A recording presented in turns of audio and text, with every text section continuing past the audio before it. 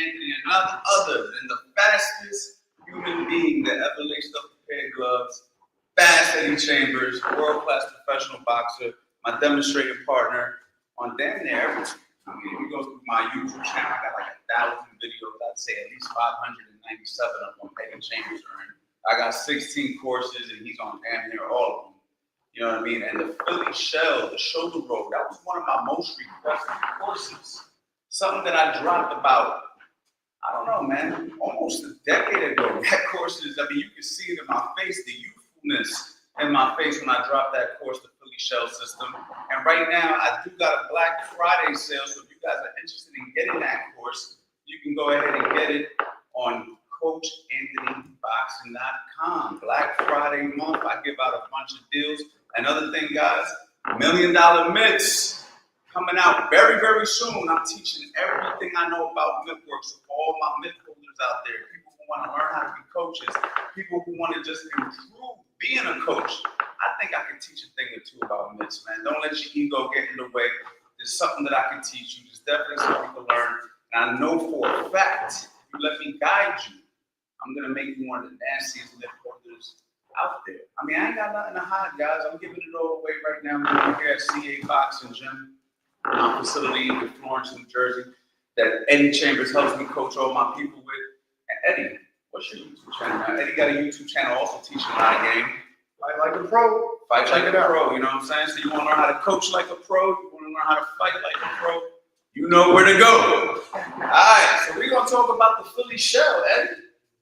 And yo, first, before we get into it, this is the pros and the cons of it. So one thing that I noticed about you, Eddie, is when you fought as a professional in your heavyweight fights, I didn't really see you use it much. Eddie was a guy who fought with his hands up very high, but in the gym, I've seen Eddie shoulder roll, drop, pivot, turn, do all types of stuff. What's your mindset? So we can talk a little bit about that because this is a pros and the cons video on why you didn't use it in fights, but why you do use it, and what do you see from a fighter's perspective as the pros and the cons? Well, initially, I got really comfortable with the hands up thing since I was a kid. You know what I mean? So that was always my kind of go-to. So that became my go-to as a professional. But as I got more experienced and learned more things and started to do more, try more things, even in fights, there's a few fights that I had. One in particular was so my predominant did a lot.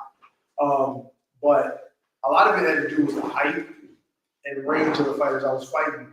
If I'm gonna fight, if you're gonna fight the Philly shell, which requires the shoulders for defense. Sometimes if it's a really tall enough guy, they can kind of get over the top of that shoulder a little bit. I mean, you still can avoid it. I've done it. I've been able to use it, get away from tall guys shots too, even there. But I just wasn't as confident using it. I didn't really work at it that much too when I was a little younger. Even when I fought Vivek, there were certain things that I did. I watched a lot of James Toney, so I love the idea of using the shoulder roll coming back with the right hand, but I just didn't really feel that comfortable using it. And typically that's why, but in sparring is where I started to get a little more and started to work on things, started watching film. So I started to watch James Toney a lot closer than just watching him fight, seeing how exciting the fight was and loving the skills, but I started studying it. And then once I started studying it, I became a little more confident with it, a little bit more wise to it, then I would use it a little more. Like even in my recent fights, I had one fight. It's not something to talk about, but I used a little bit of it, remnants of it. And now going forward, if I was ever to fight again, which I'm probably not going to, just to be honest, I would still be using it, probably even more. It just depends upon the opponent and what they do. And also, real quick, man, for a lot of guys out there, man, you got a lot of old school trainers and a couple of trainers that will say that the shoulder roll and the Philly shell are two different things. So I just want to be clear. I like to say the Philly shell, especially for internet purposes, because that's what I notice a lot of people will refer to the shoulder roll as. So you got like the shoulder roll, people call it the Philly shell. I've seen people call a guy who just has his hands like this the Philly shell, which that's not the case. That's just keeping your lead hand low. But the Philly shell, what I would say is the shoulder roll is one piece of the Philly shell. Okay, so when we're talking about a complete system of it, there's more that goes into it. But the shoulder roll is the main line of defense for the most part in this particular style when it comes to shots coming to the chin, for the most part. I mean, you got guys that will bring their arms like this, guys that will do this. You see what I'm saying?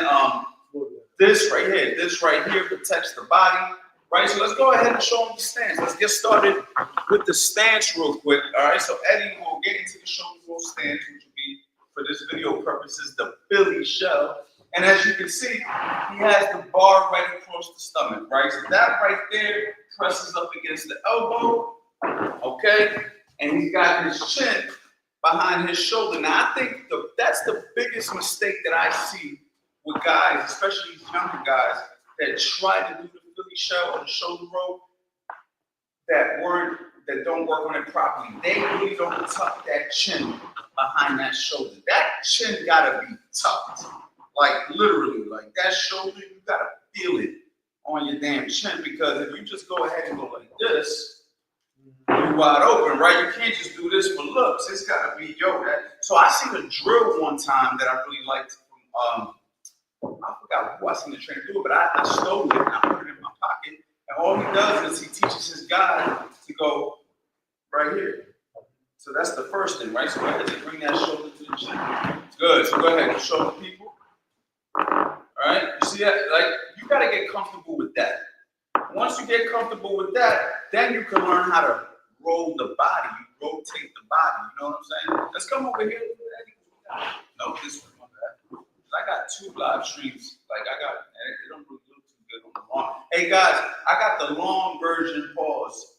You guys who are watching it on this like short, I see you guys right here looking at the camera right now. It's not really fitting both of us in the frame good enough. So go to the live stream that has the long version, so you guys can go ahead and see that. Next time I probably won't choose that.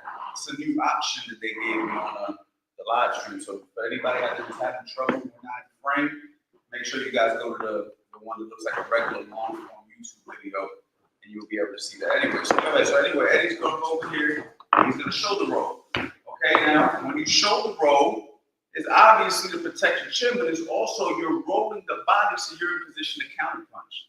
That's the main part of the roll.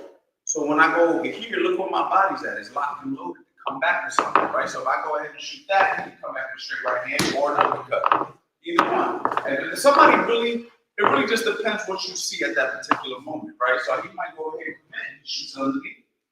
Bang, go ahead, do it real quick. I got it. There you go. Good. And catch it on the mid, guys.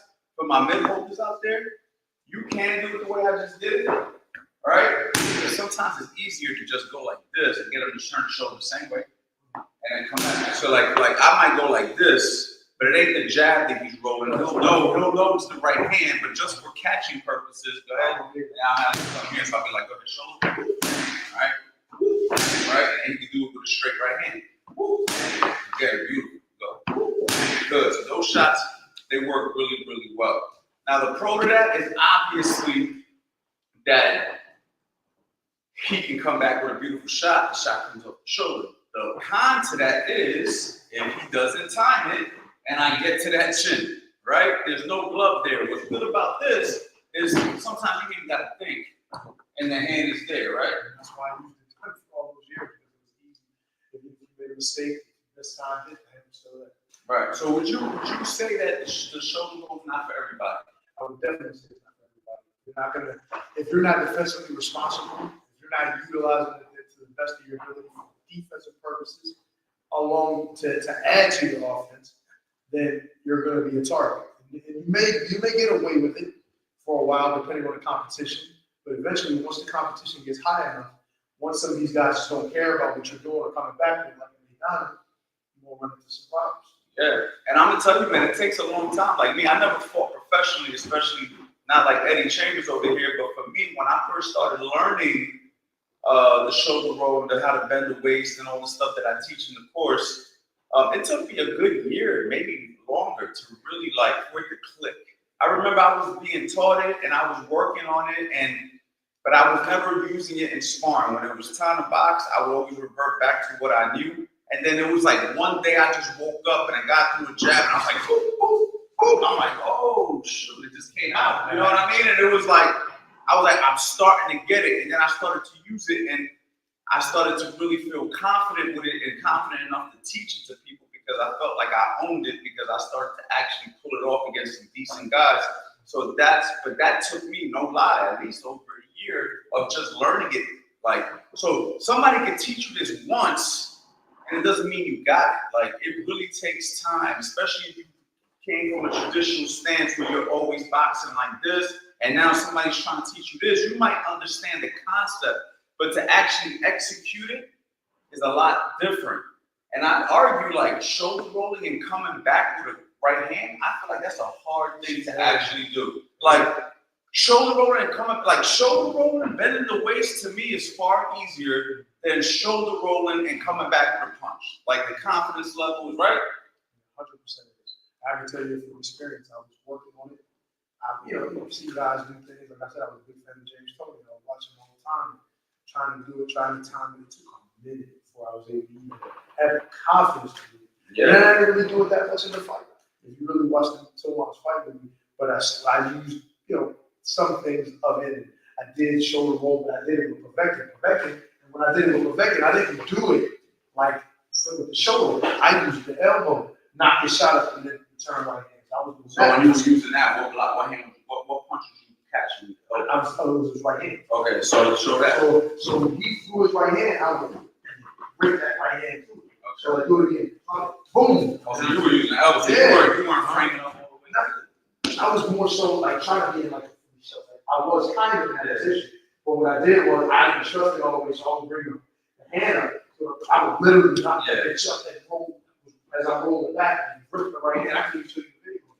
It was like perfectly timed, but it was because I didn't trust the shoulders, but it wasn't comfortable. So I'm so used to being here. You know what I mean? But I started to use it even then. And as I got more comfortable as time went on, and even moving my head without my hands being, because it's easier to move your hand, move your head when you drop the hand a little bit as you go down the side. But in that fight, if you pay attention, I was doing it like this, pulling, and I kept my hands tight. You know what I mean? So yeah, but it was something that took me a while to get really comfortable with. I'm not gonna lie. It did. Okay, cool. Let me see who's in the chat real quick, guys. I want to say thank you to everybody who's here right now, Eddie. Just trying to give you guys some game real quick. Hold on, let me just say what's up to everybody. What's going on to my man Tim? What's going on? Look, Eddie, see? Oh, yeah. You see what I'm saying? So, underrated coach here, man. I appreciate that, man. How can the shoulder roll be beat? Yeah, Philly Chef, we're not teaching you how to beat our style. No, I'm just kidding. Hold on. Sounds good. And if that's the case, he said the sound isn't good, so Eddie just got to talk a little louder. Yeah. Nobody ever accused me of being, low. So that's all right.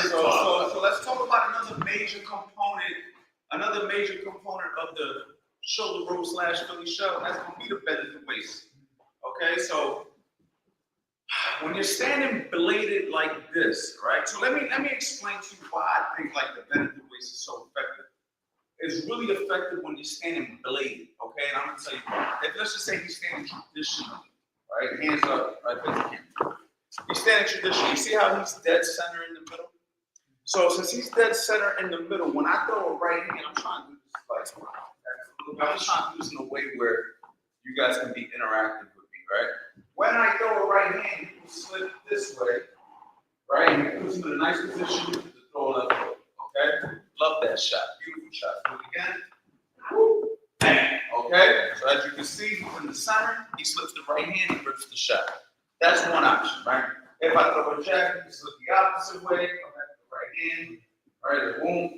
Right? So that's traditional boxing, right? If I throw a left hook, he will roll under the hook from the traditional stance. He's in the traditional stance, throw a hook, he rolls it. Real simple, he rolls it, okay?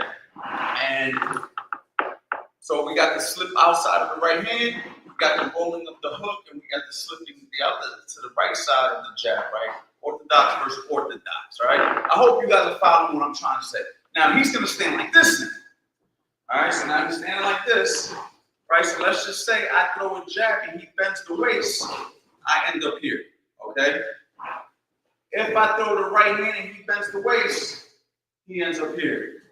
If I go to shoot a left hook, he ends up here. So look, when he bends the waist, he's going to that same side for the jab, the cross, and the hook. Now, one might say, why would he bend to that same direction? He can get timed or whatever the case may be. But the thing is, he's already bladed all the weight on this side. All the weight's here. So for him to come all the way here is going to take extra time, where he could simply just go, boom, shot goes right over the head. And it doesn't matter if it's a jab, or a cross, or a hook. And what I like to tell guys is to do a step back drop. That's one of my signature defensive moves. If you see anybody teaching the step back drop, just know they got it from Coach Anthony, because I made it popular. Now, I learned this from one of my old coaches back in the day. I don't make nothing up. However, I know that I'm the one who made it popular on the internet. Anybody else doing this? Y'all got this from me. I can just go ahead and give you my flowers now, because I already know. Right? So he's right here. Right? I'm gonna pop the jet a little bit. Show you some frame. Right? He's here. He's gonna step back drop. Look at that. You see where he ended up? Now, why the step back? Just to create the space. Okay, so when he does the step back, he creates the space. The second jab, bang. Now watch this. This is the beauty of it. Okay, I'm gonna do the same thing. Step back drop. Right here. Right over the shoulder.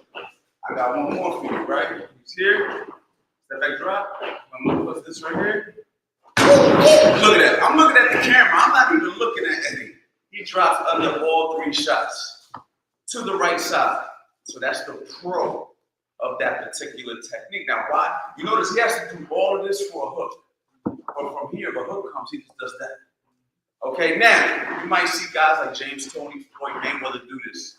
Okay, Pernell Whitaker from the Southpaw stance do this. Guys like Georgie Bennett, who, you know, is a fantastic trainer, great fighter, do this, right? These guys all do this type of style. This is a very common thing for this style of boxing, right? Now, the pro to that is that you can avoid all three shots. Give you some cons, okay? He steps back and he drops, right? Let's say he comes over here. He steps back, he drops too soon, back of the head. Okay? That happens quite a bit. Right, guys? The time to drop wrong. Okay, I've seen it happen. Another thing that can happen too, also another con, when he drops on the right hand, he eliminates the left hook counter to the body because he tilted to the right. So now there's no offensive technique from that position. I mean, you do got this sneaky little right uppercut you can throw, but for the most part, slipping the right hand and ripping that hook to the body is going to be far more devastating than dropping to this side and just touching him with an uppercut, in my opinion. I've never seen a guy really go down off of a drop uppercut to the body, but I've seen many guys go down off of a slip lead hook to the body because they're going for the liver, which is on the lead side. I mean, no, not for orthodox. The orthodox is on the rear side, but it's on the rear side, and if you're fighting a southpaw, it's on the lead side. So it's going to be on this side every single time. You understand what I'm saying? If the southpaw leads with the liver, you know what I mean? So you got that, okay? Same thing with dropping on the hook. When you drop on the hook to this side, you're in a good defensive position. But again, the same idea. Now, he could, like I said, shoot that little sneaky uppercut. You can touch down there. Don't get it twisted. You can still do something, right? But if he was to roll under a hook from a traditional stance, come back with that right hand, bang. You see, that's a big, powerful right hand he can bring upstairs. Or, you know what I mean? Or he can even roll under the drag. I see what he's doing. He can bring the drag shot from a traditional stance. So there's offensive things that you can do from this position a little bit better than this. I always tell guys, when you're standing like this, you're more in a counter-punching defensive posture, right? I tell people there's three positions, pause, in boxing, all right? Three positions in boxing, all right? You got traditional in the center, right? And you got what we're talking about here, where everything's in that back leg. And then you got the lead, right over the lead, right? Those are the three positions. From the center, everything is balanced. Everything is balanced, right? Boom, boom, boom, boom, boom. Counter punching can happen. It's a little different. From here, right, you got a little bit more defensive. You're a little bit slicker. You got your check hooks. You got your bending. You got your pivoting. Much more slicker, more of that East Coast slick boxing style, American style. And then when you get over here, you're looking for something big on the lead side, where there's a hook to the body, you know what I mean? So those are the three positions. So when you're boxing out of that Philly shell, it's considered a defensive style for a reason, because you're in that defensive posture. You know what I mean? Anything you want to add to that? No, I mean, that's all I always say. Philly shell is more defensively responsible, requires you to be more defensively responsible to think about. Even the idea that the shoulder is a defensive tactic to use, it requires defensive responsibility. If you're not thinking of being responsible, then the shoulder could just be hanging. You know what I'm saying? And you could just be standing high and not being in the right position. And those are the ones who don't know how to do it properly. But you see guys like Floyd Mayweather, dare I say even Adrian Broner, and at times he has made that style really potent. Adrian Broner is one of the guys too, if you talk about that he. Yeah, you're good. I'm just checking the comments. He was one of the guys who, don't get me wrong, he was great, especially in his prime, he was great, but he made a lot of mistakes with it. And when he fought with Don, it kind of all rose to the top. You know what I mean? But you see guys like James Toney who utilized it, and guys like that. And of course, you see even now. This is the crazy thing with James Toney. You could see it as a defensive style, but he actually turned it into an offensive. Hey guys, are you guys only having a problem hearing Eddie, or you having a problem hearing us both? Let me know, because I'll have this fixed by the next No Days Off. I just want to know. Let me in the comments. Talk a little louder, Eddie, because some people's talking about the sound. Oh, it sounds bad. Well, anyway, like I said, with James actually turned it into not only a defensive-oriented style, but he made it offensive. You know what I mean? He used some of those tactics that he learned from Bill Miller and different guys like that of how to get to the left side, even utilizing the Philly shell. So, man, it was just fun to watch. Yeah, man. Shout out to Tony Jeffries in the building. Oh, Tony Jeffries, shout out. Listen, one thing about Tony Jeffries that I respect so much, besides all his accomplishments as a amateur boxer, we already know he fought for the bronze, and man, the way he just took his YouTube channel to a whole nother level. I remember when Tony Jeffries had like freaking 2,000 subscribers. He hit me up and said, Coach Anthony, let's do a collaboration. I was open to it. I said, yeah, let's do it. But I guess life gets busy. It's 23 hours. Next thing you know, this guy got like 100 million fucking subscribers on like 10 different channels, man. So big shout out to Tony Jeffries, man. He's an inspiration when it comes to YouTube boxing coaching, especially to me, because I watched him come up. Eddie Chambers now starting his own YouTube channel. Maybe you can give us some tips, Tony. Help us out, man. We trying to make it, man. Yo, shout out to Tony Jeffries, man. So anyway, let me continue what we're doing.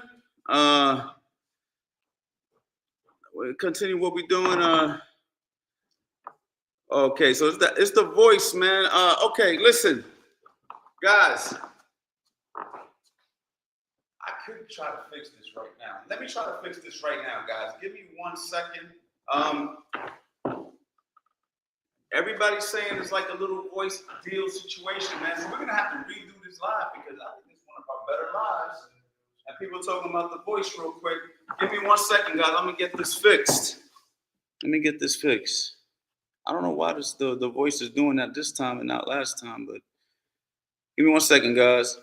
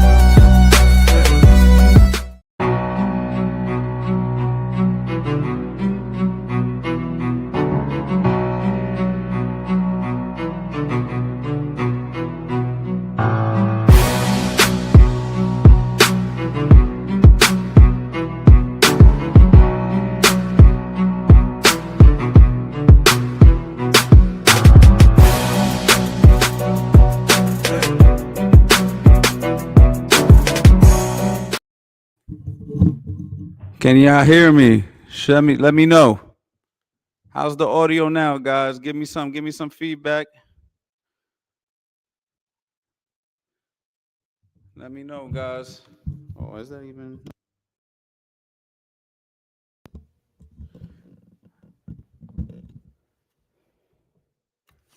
Let me know, guys, if the mic is working. I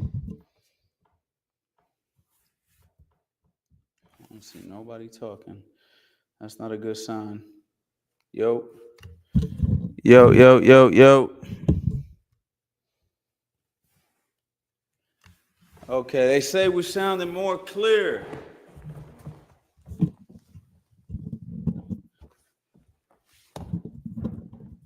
Pause. Yeah. Can y'all hear me? Let me know in the chat, guys, if you guys can hear me. Oh, yeah.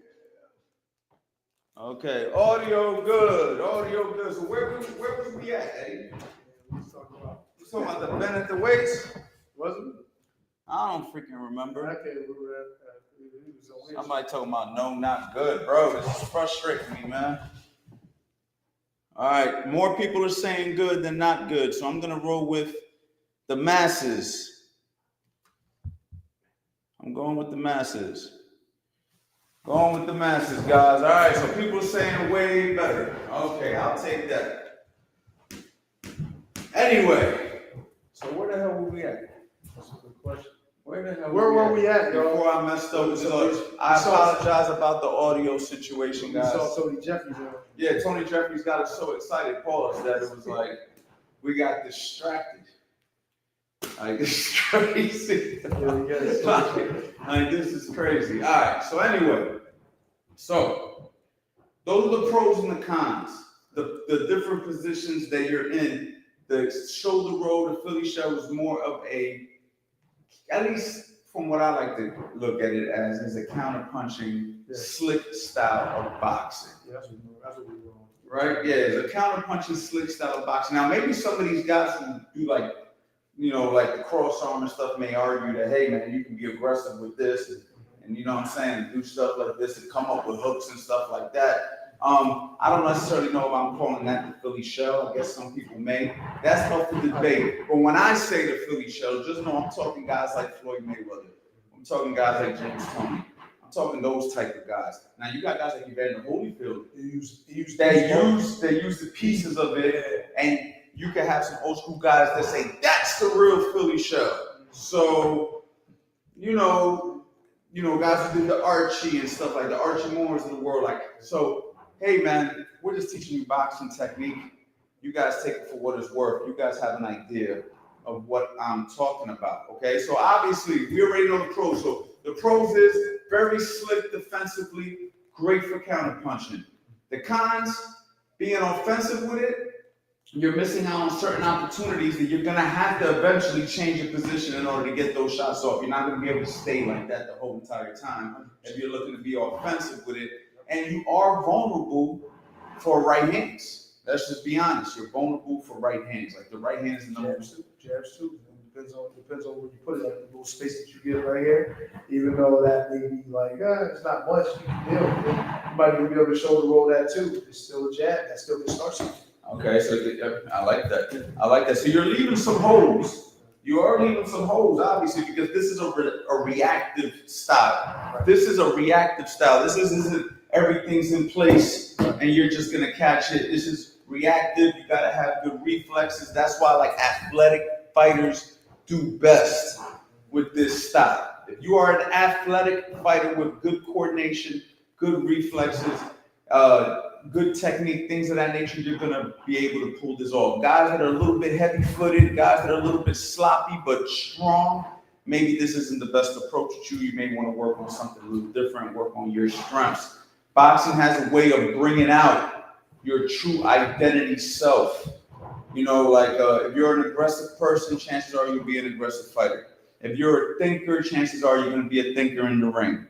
If you are athletic, chances are you're going to show true athleticism. If you're a bully, chances are we're going to see a bully because when things get tough, we're going to see the bitch come out in you. You see what I'm trying to say? That's a fact, okay? Because I've seen it many, many times. And then you're gonna have the tough guy that is unfortunately not athletically gifted, and he's gonna be willing to show you how tough he is, but he just can't pull it off because he doesn't have the natural attributes that it takes to be a world-class fighter, but he's gonna fight his ass off and do the best that he can. We're gonna see all these different personality traits in boxing. Okay, so am I right or wrong? 100%. I mean, how many guys have we seen where we're like, damn, that motherfucker can take a beating. Damn, that motherfucker's tough, but he just don't got everything else. You know, I had an interview I did with Fight Hype one time. They were interviewing asking me about skills. And I said, bro, skills ain't everything in boxing. If it was about skills, the whole East Coast would have a world championship because motherfuckers from Philadelphia to New York City, I could bring 100,000 motherfuckers in here that could fight. But they ain't world champions because it takes more than just skills to be a world champion. You need to have it all. The intangibles, the discipline, the opportunity. Like, it's just a lot. It's just a lot of things that have, stars have to align on top of every other attribute for you to be a world champion in boxing. You see what I'm saying? So, yeah, that's where we're at, guys. I hope we're bringing value. If we're bringing value, please press the like button, share this with somebody, and hopefully the audio's better. I'm going to read the chat now. Any questions you got, we'll open up a Q&A now for a few minutes, and then we're going to slide because obviously we do no days off November every single day for the month of November. So I can see you guys right now. Hold on.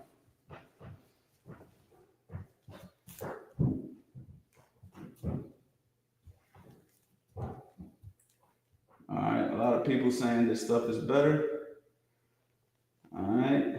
Any Q&As, guys? Talk to us, man.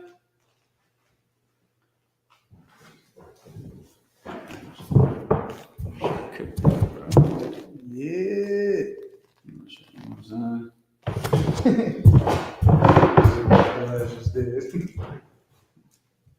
Any Q&As, guys? I'm right here reading the comments. I'm seeing everybody talking about the audio. I don't see too many questions, but It's probably better now. That was probably the whole thing. Audio's pretty good now.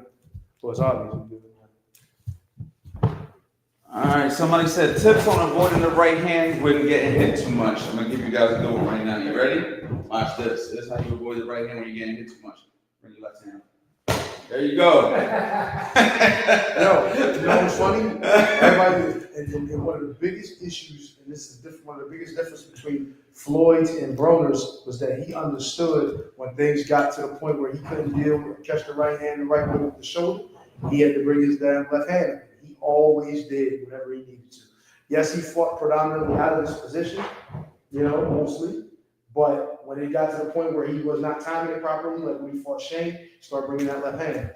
All right, so one more time in case you forgot. You ain't hit with the right hand? Problem solved. Bring that motherfucker up. Bring it up. Bring it up. Problem solved. Now, don't try to do nothing crazy. Listen, and I'm obviously being a little funny, but at the same time being dead serious. If you can't see the punch, then it's time for you to bring your hands up. Don't worry about slipping. We tell guys all the time, even here in the gym, don't start slipping until you can start blocking. Once you could block the punches and you see the punches, then you can time a slip. Then you can time a drop or a slip on the other. But don't just come out slipping. Because if you come out slipping and you can't, You're going to be slipping. yeah, you're going to be slipping right into it, and then you're going to be sleeping. Slipping's going to turn into sleeping. Okay, so make sure that you got the timing down before you go ahead and try to utilize some of these more advanced techniques. Okay, but then once you got the timing down, then you can slip a right hand, or you can circle away from a right hand. I like doing that a lot too, to show them that right quick. Right, he's standing here, and he circles. If I'm a righty versus righty, he circles to his right. Out of there. Simple. The old school trainers will say, if you get hit with a right hand, you deserve to get hit with it because it's the furthest punch from you. So if you're getting hit with that shot, you're doing something wrong. Now, I don't necessarily fully agree with that statement, but there's truth to it.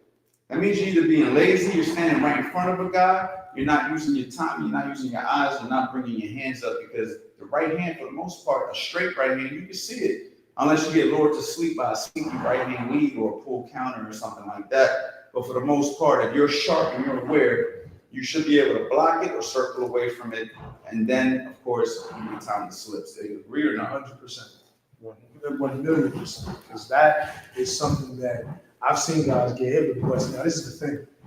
There's real slick, smart guys that know how to angle their body a certain way, Floyd Mayweather being one of them. Like you said, with the pull counters too, but also you with the lead, right? Dropping that shoulder a little closer. Actually, is even closer and sometimes even better than you realize with the jab. So sometimes. Yeah. You can get hit with a right hand lead. But theoretically, from back here, if you get hit with that, yes. Yeah. 1,000,000% you deserve it. There you go.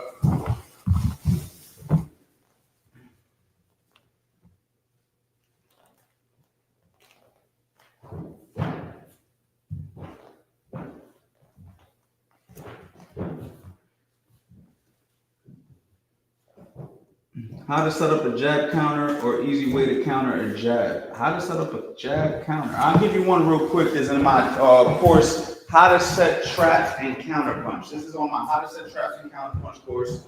Okay, it's real simple. You give a target, you take it away. I'm gonna throw the jab. His hands are gonna be up. Everything's gonna be traditional. And when I throw his jab, he'll slip and throw his jab. No slip. He'll slip and throw your jab at the same time. Oh, okay, I see. No slip and throw your jab. Oh. Oh, shit. I say you're here. Yeah, right. Bang. Yeah. That's it. Look. All right. We'll do it one more time. Bang. All right. So the key to this is I have to think that I'm gonna land the jab, and I have to forget that he's gonna throw his jab. So he's here. I'm thinking things asleep, and bang. Okay. So it's just like almost like you're jabbing to the body, but you're slipping here, but you're just doing it right upstairs. But if you do it too soon, if you drop too soon, I kind of have an idea what you're doing. Even though you can still maybe get it off, I think it's a little bit better when you give that target and whoop, it just comes right there. Whoop, good. You can also do a pull counter jab. So he can like pull and then jab. All right, everybody talks about the pull counter cross, but a pull jab can work as well. You know what I'm saying? Just rock back and bang, it's the closest hand to the target. Right. You feel what I'm saying? Another way to counter a jab is I throw the jab, he catches it, and then he shoots immediately after I catch. Oh, that's a good one. The reason why that's good is a lot of guys admire their work, throw the jab and bang, there goes the return. You're not expecting the return. And you'll be surprised how much that one works.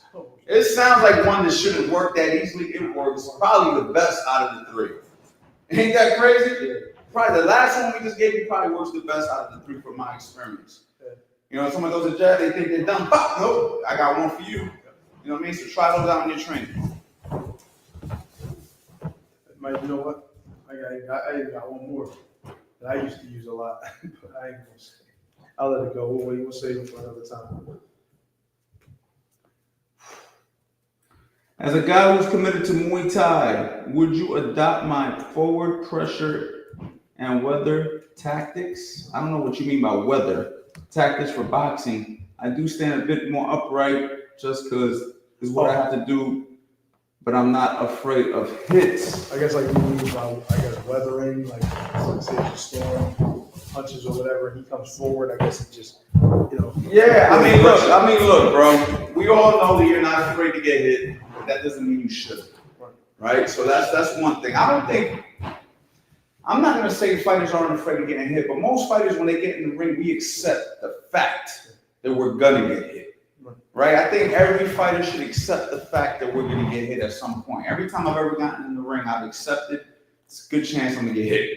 Right? I don't want to, I try to avoid it, but it's probably gonna happen at some point. So you gotta be okay with that. So we get that. But don't fight like that, because what happens is you have a short career because you take a lot of punishment.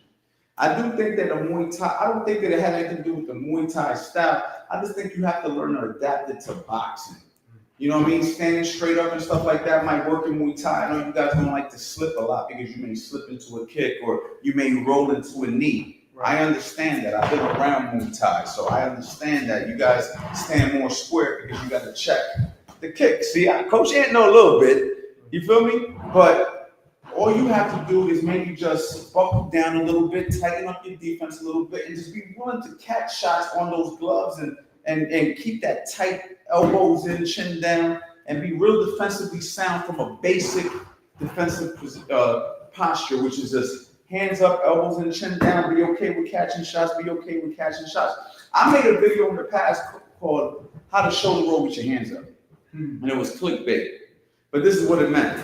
Okay, so when he shoulder rolls, right? He shoulder rolls, and he rolls his body. Now bring your hands up and do the same roll. Okay, so he could do that. So it's like I go here, I'm rolling with the shot. Like I'm not just catching it firmly here. I'm still riding with the shot. I'm riding with the shot. And it's very similar to shoulder rolling and catching the hook and shoulder rolling. It's just that the glove is up. The glove is up. So you can learn to do things of that nature when shots are coming back at you to take off some of the steam. So you're not just getting full punched when these shots come. Because listen, man, just like Muay Thai, you guys master knees and kicks and elbows. You got fighters out here that's mastered punching, and some of these guys hit a lot harder than you may expect. And you're gonna get in there and you're gonna regret not being aware that, damn, I should have focused on my defense a little bit because now I got a broken jaw, or now I got a broken rib, or now I got a concussion. Like, this is a real sport, bro. Ain't nothing sweet about it. So take it serious, show it the same respect you show Muay Thai, and learn the defensive principles that you need so you know what I'm saying, have a long career with it. You know what I mean?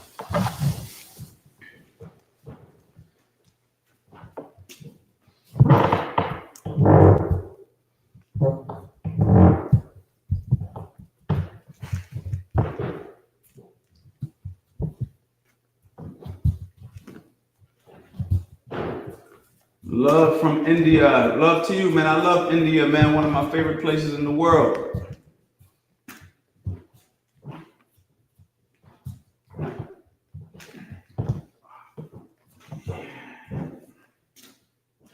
Hold up. Let me go ahead.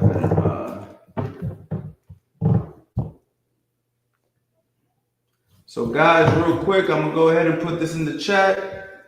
You guys know I'm coming out with a mitt work course, $1 Million Mitts. It should be out very, very soon, guys. I'm talking about we counting down. We're ticking down the days of $1 Million Mitts. I'm gonna be teaching everything I know about mitt work in this course.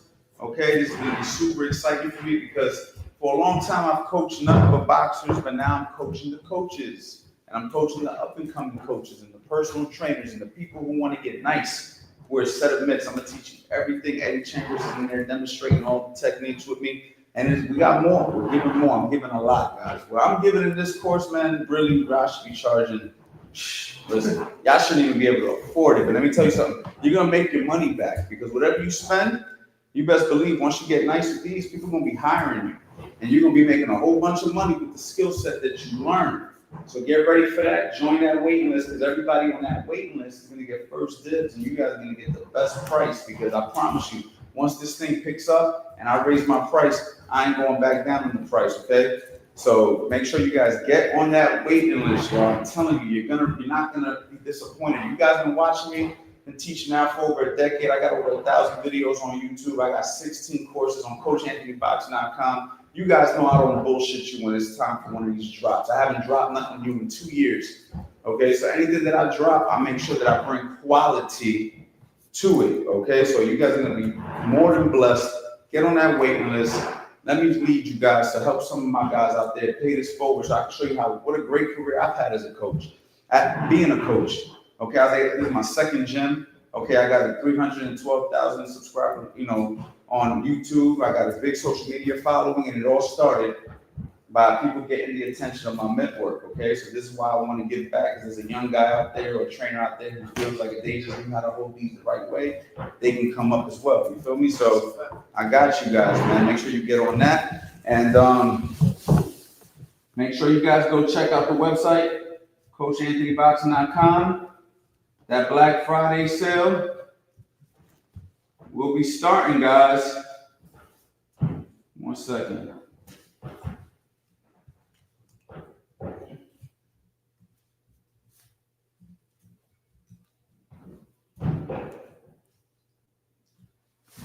Make sure you guys go to the website, CoachAnthonyBoxing.com, man. Check out everything there. I hope you guys enjoyed today's live stream, man. We got more coming, man, every single day. For the month of November, we will be going live. I apologize about the audio. Thank you for your patience on that. We'll make sure that we test this a little bit better before we go live. And you already know, boxing life.